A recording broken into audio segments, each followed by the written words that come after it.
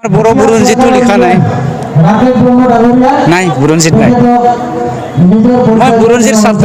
মই বুৰঞ্জীৰ ছাত্ৰ বড়োসকলক এসময়ত ম্লেছ কৈছিলে বড়োসকলক এসময়ত কি কৈছিলে না বহুত ধৰণৰ নাম আমাৰ তাহানিৰ হেৰিত ৰামায়ণ মহাভাৰত আপুনি যদি বেদ ষ্টাডি কৰে আপুনি যদি উপনিষদ ষ্টাডি কৰে বড়োসকলক কি নামকৰণ কৰিছে বড়োসকল ৭,০০০ বছৰ ইয়াত বসবাস কৰি আহি আছে মই কোৱা কথা নহয় বুৰঞ্জী যদি আমি পঢ়োঁ প্ৰি হিষ্ট্ৰী যদি আমি পঢ়োঁ আমি পাওঁ এই ৭,০০০ বছৰ বসবাস কৰি অহা বড়োসকলৰ বুৰঞ্জীত ক'ত কি হৈ আছে কোনটো সময়ত কছাৰী কৈছে কোনটো সময়ত মেচ কৈছে কোনটো সময়ত কোচ হৈছে কোনটো সময়ত কি হৈছে সকলোৱে জানে গতিকে সেইটো কথা বিশ্লেষণ কৰিব লাগে বুলি মই জনা নাই কিয়নো আমাৰ কোচ ৰজাৰ যি বংশৰ ফেমিলি এতিয়াও আমাৰ হেৰিত আছেচোন বিজনেৰী ইফালে কি আছিলে চৰি বঙাইগাঁৱৰ সিফালতো অভয়াপুৰীত এতিয়াও আছে ৰজাৰ বংশটো এখেতসকলৰ লগতো আমাৰ ভাল সম্পৰ্ক হয় আমাৰ ইতিহাসে আমাক কোনটো সময়ত কি কৰে নাজানে আপুনি যদি কয় মই যদি প্ৰশ্ন কৰোঁ 1206 খ্ৰীষ্টাব্দত নৰ্থ ইষ্টত প্ৰথম হিন্দু ধৰ্ম ইছলাম ধৰ্ম কৰা ব্যক্তি জাতি হ'ল বড়ো ঠিক আছে 2006 চনত প্ৰথম ইছলাম ধৰ্ম গ্ৰহণ কৰা জাতিটো হ'ল বড়ো এই ইছলাম ধৰ্ম কৰা বড়োসকলো আজি বড়ো ভাষা পাহৰি গৈছে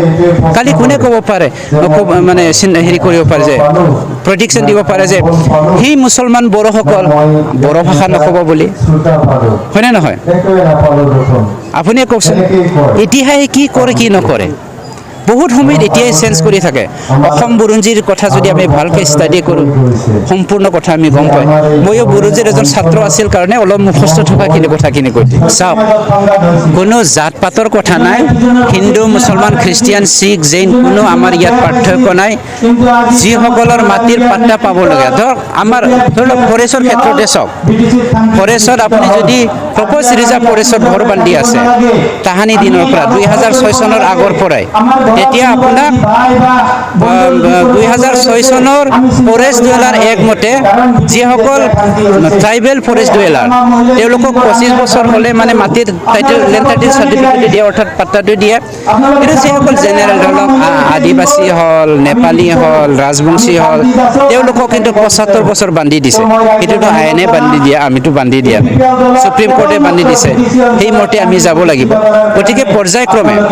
মই আপোনালোকক এটা কথা দিলোঁ এইটো প্ৰমাণ হৈ থাকক আৰু আমাৰ 2 বছৰ কাল আছে সেই 2 বছৰ কালত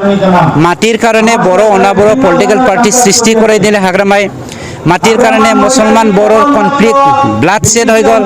মাটিৰ কাৰণে বড়ো আদিবাসী ব্লাড শেড হৈ গ'ল মাটিৰ কাৰণে বড়োৰ মাজতে ব্লাড শেড হৈ গ'ল ভাটি কাটি সংঘৰ্ষ হৈ গ'ল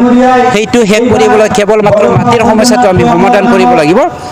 আমাৰ সন্মানীয় প্ৰমোদ বড়ো ডাঙৰীয়াৰ নেতৃত্বত সেই 2 বছৰ কালত 100% নহ'লেও আমি 80% মাটিৰ সমস্যাটো সমাধান কৰিম আজি আপোনালোকে লিখি ৰাখক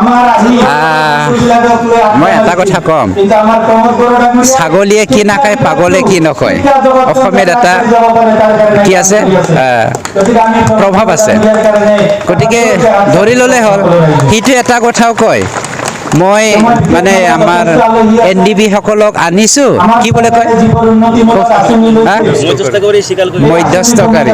মধ্যস্থকাৰী আমাৰ ভাৰত চৰকাৰ IB এজেণ্টহে আছিলে প্ৰীতিৰ আছে মধ্যস্থকাৰী নহয় আজি স্পষ্ট কৰি দিছোঁ ঠিক আছে